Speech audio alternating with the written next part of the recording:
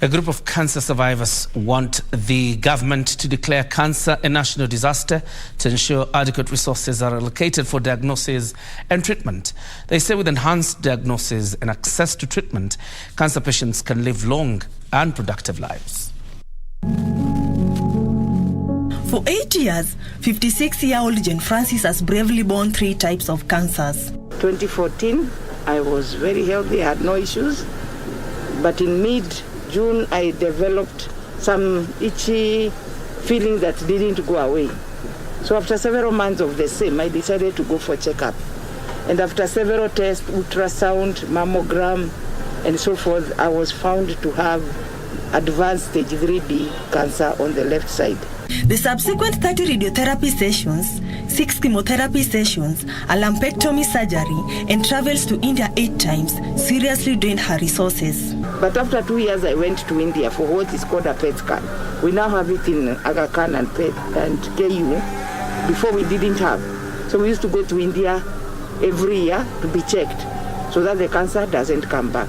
At the beginning of this year, she was diagnosed with endometrial cancer after persistent bleeding.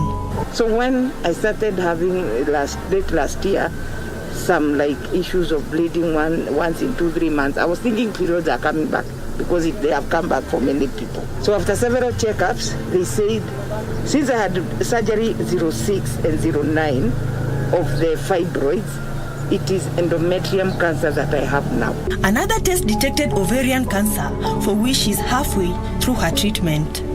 I did 10 radiotherapies, so I still have to do 20. No, cancer is very expensive to get the right treatment. So that's where I am. I'm halfway through my treatment. With all this disease burden, what has kept her going? What you need to do then is boost your immunity by taking a lot of, eating very well, a very good diet, which of course comprises very high fiber from vegetables, fruits also, and at the same time, it's not enough, so you need sometimes to have supplements. Her experience as a cancer survivor prompted her to start a foundation of cancer survivors groups in Kenya called Huduma ya Upendo to empower other cancer patients. We started groups where these women can empower themselves. They'll be able to make some little extra cash and be able to maybe boost their income, eat well, and still get something, especially to buy their medications, because you see most of them are on this hormonal therapy. For 62-year-old Rose Wanja, who has been living with breast cancer for 9 years, chemotherapy and radiotherapy sessions came with some side effects. Safari haikuwa mzuri, juu hizo kama zinafanya unatapika sana, mwili ni mnyonge kabisa, lakini ninashukuru sababu hiyo yote ilipita, na hata saa hii hakuna kazi siwezi fanya, kazi kidogo. But her major worry is the access to drugs. Kuna challenge hiyo ya madawa, bado ninakunywa madawa na siko bei kali, na ni lazima nimeze moja kila siku.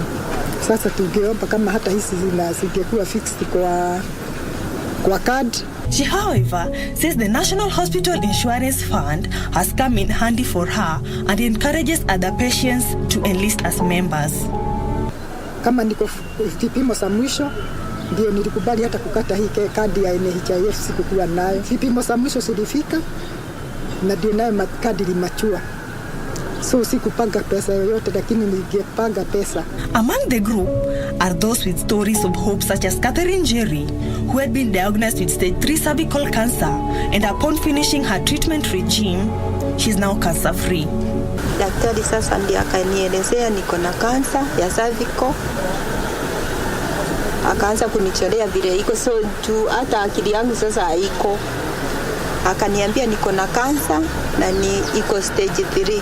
Yangu nilimaliza, nilienda clinic, wakaniambia niko sawa. Like Rose, her biggest challenge during treatment was finance too.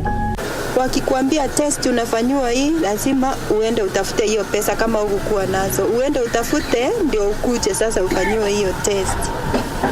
Na hii hukuwa pesa kidogo. She, however, cannot do heavy tasks and carry heavy luggage, forcing her to do lighter jobs which cannot help her settle her bills. Maisha yangu saa hii sasa vile nilifanywa operation, siwezi fanya kazi ngumu, siwezi beba mtungi, siwezi beba kitu yote mzito.